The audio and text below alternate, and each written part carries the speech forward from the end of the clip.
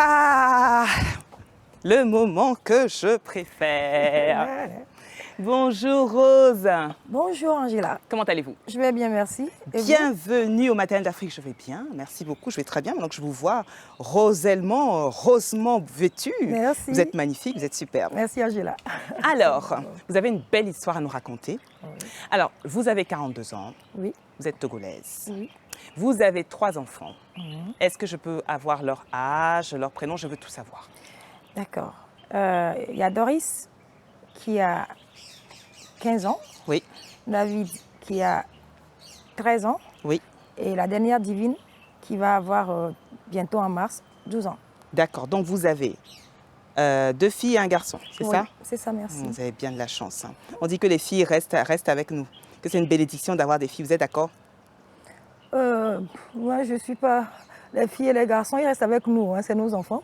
Je trouve C'est qu'ils joliment restent dit. toujours avec nous d'une manière ou d'une autre. Peut-être pas de la même manière, Oui. mais ils restent toujours avec nous.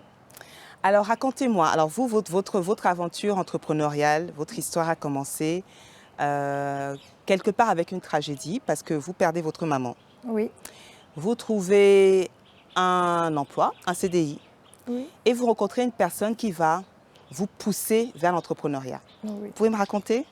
Alors, comme vous l'avez dit, Angela, j'ai perdu ma maman très tôt, à l'âge de 20 ans. Je précise rapidement que je suis enfant unique de ma mère. Elle n'en a pas eu d'autres. Et donc, vous comprenez un peu le lien qu'il devait y avoir. C'était tout pour moi, c'était mon univers et tout. Et brusquement, elle décède d'une mort subite en plus. Parce que j'ai fêté mes 20 ans un 2 avril et le 22 avril, enfin, j'ai fêté avec elle d'ailleurs, et le 22 avril, elle décède. Donc là, je me retrouve avec rien. Je me retrouve avec, je sais pas, un pied cassé, comme je peux le dire. Il vous manquait un membre, quoi. Voilà, il me manquait peut-être le membre le plus fort. Ouais. Mais toujours est-il que face à cette complexité de mon histoire, il fallait quand même s'en sortir parce que autant tu en sortais, c'était pour ton bien, tu ne t'en sortais pas, je ne sais pas vers qui tu vas te tourner. Je n'avais pas le choix, je n'avais pas d'autre choix. Et vous avez trouvé un emploi. Voilà. Et j'étais étudiante à l'époque. Oui. Et comme ça, de petits jobs, de petits boulots en petits boulots, j'ai eu un emploi. Et j'ai donc eu un CDI, un contrat à durée indéterminée. J'ai été d'abord recrutée comme assistante de direction.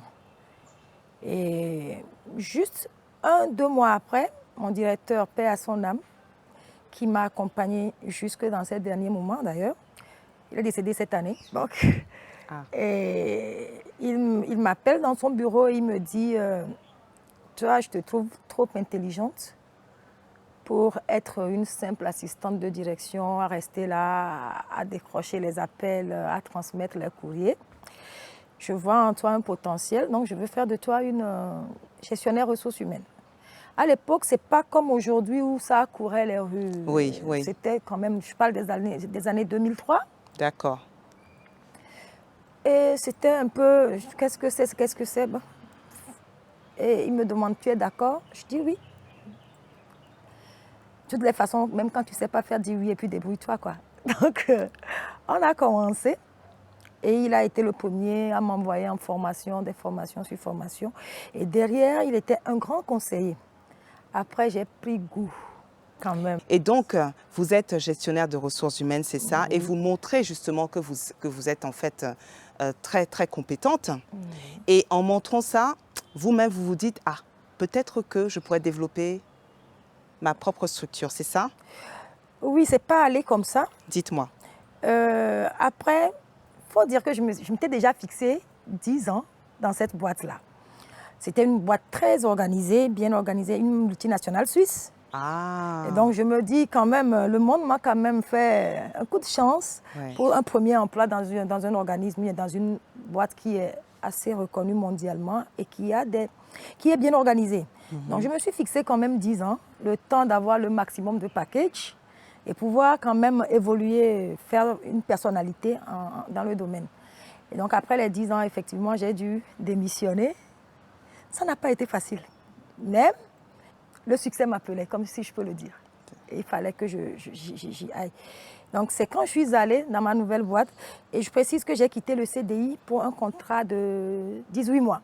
Donc, vous êtes en CDI et là, vous décidez de changer et vous allez sur un contrat de 18 mois. Oui. Et qu'est-ce qui se passe? Voilà, c'est là. Après, j'ai commencé à réfléchir. Maintenant, après les 18 mois, là, il faut dire que ça a complètement viré. De ce que je faisais, premièrement, dans ma première boîte, c'est toujours dans le même domaine, ressources humaines, mais je découvrais un autre environnement, une autre branche des ressources humaines qui va me propulser d'ailleurs. Je me demandais qu'est-ce que je ferais après les 18 mois. Si après les 18 mois, je n'ai pas d'autres contrats. Et je vais quand même dire qu'il y avait un de mes supérieurs, lui aussi, il est décédé après, qui me disait tout le temps, mais Rose, tu as du potentiel, qu'est-ce que tu restes là à faire derrière un bureau? C'est un Français. Et il me disait tout le temps, mais vas-y, vole de tes propres ailes, tu peux le faire. Et donc j'ai lancé mon cabinet, étant déjà, il me restait à l'époque 6 mois avant la fin de mon contrat. Et j'ai quand même mis en route mon cabinet avec un ordinateur. Je travaillais, mais j'ai commencé déjà à chercher de gauche à droite de petits contrats. Alors, Rose, qu'est-ce qui vous a poussé à monter votre structure?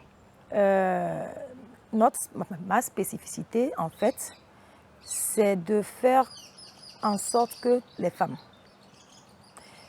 D'abord, je ne suis pas féministe, hein. Permettez que je le dise. Vous pouvez le dire, moi je le suis, il n'y a pas de problème. Je ne suis pas féministe parce que je me dis, la nature elle-même a déjà mis une différence. Et autant il y a des postes sur lesquels on a besoin des hommes, parce que c'est eux qui peuvent bien le faire, en tant que RH je peux le dire, mais autant sur d'autres postes on a besoin des femmes, parce que c'est elles qui réussissent le mieux. Donc, je pense que vous voulez dire que vous n'êtes pas sexiste. Non. C'est que pour vous il n'y a aucun problème, chacun a sa place. Domaine, chacun a son... Oui. Je comprends parfaitement, oui. Donc, bien sûr. Maintenant, mon cabinet a pour vocation bien. Mon objectif, c'est quand même d'arriver à montrer à d'autres femmes, avec au passage mon histoire, bien ma vie de mère ou bien de femme, voilà, qui n'a pas marché. J'ai eu 3 enfants avec le même homme, mais ça n'a pas marché. Ce sont des choses qui arrivent. Ça arrive. Je ne m'en glorifie pas, mais justement, c'est là que je veux en venir. Il ne faudrait pas que les femmes que nous sommes, on se dise, le seul projet que j'ai pour être femme, c'est le mariage. Voilà. Nous avons du potentiel. Le potentiel n'a rien à voir avec le sexe, que je sois homme, que je sois femme. Le potentiel, c'est la capacité que Dieu, que nous avons en nous, de faire en sorte que nous puissions être utiles à quelque chose. Et comme je dis souvent, le mariage, ça fait partie de tout ce qu'on peut appeler comme projet dans cette vie. Ça marche, on s'en glorie, on dit Dieu merci. Ça ne marche pas, mais on passe au prochain projet. Et il faut faire en sorte que lui, au moins, il marche. Vous savez, Rose, vous me faites penser à ma grand-mère. Ma grand-mère disait toujours à ma mère, ton premier mari, c'est ton travail. Oui. Ton travail, ton travail, ton travail. Donc, c'est ce que vous faites dans votre cabinet. Voilà. Toutes les femmes qui viennent, j'essaie de leur montrer, pas de ne pas être femme au foyer, non, mais que ce ne soit pas un point d'achoppement, si je peux le dire. Ça n'a pas marché, c'est vrai, mais ce n'est pas la fin du monde. C'est ça.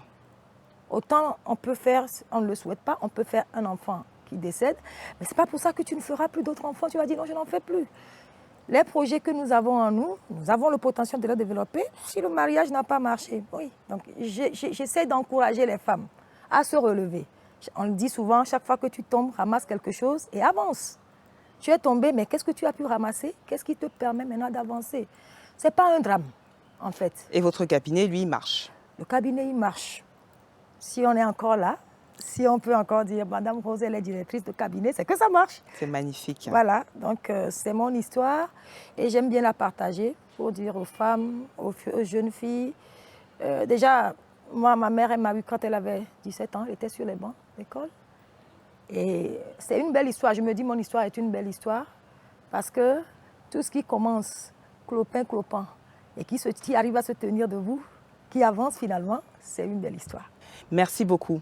Merci Rose, c'était vraiment une très très belle histoire. Vous savez, cette rubrique, c'est ma rubrique préférée parce qu'on reçoit des femmes inspirantes. Il y a des femmes qui nous regardent et qui vous regardent là aujourd'hui et qui se disent « Ah, Elle l'a fait malgré toutes les difficultés. Elle y est arrivée. Aujourd'hui, elle a son cabinet de ressources humaines et en plus, elle accompagne d'autres femmes. C'est merveilleux. Merci beaucoup. Alors, je vais vous quitter parce que Chef Olivia, tout à l'heure, elle nous a concocté une recette d'houmous délicieuse, je suis sûre, au pois bambara. J'ai hâte de manger ça. J'y vais, les enfants m'attendent. Je vous dis à bientôt. À bien soit. Merci beaucoup.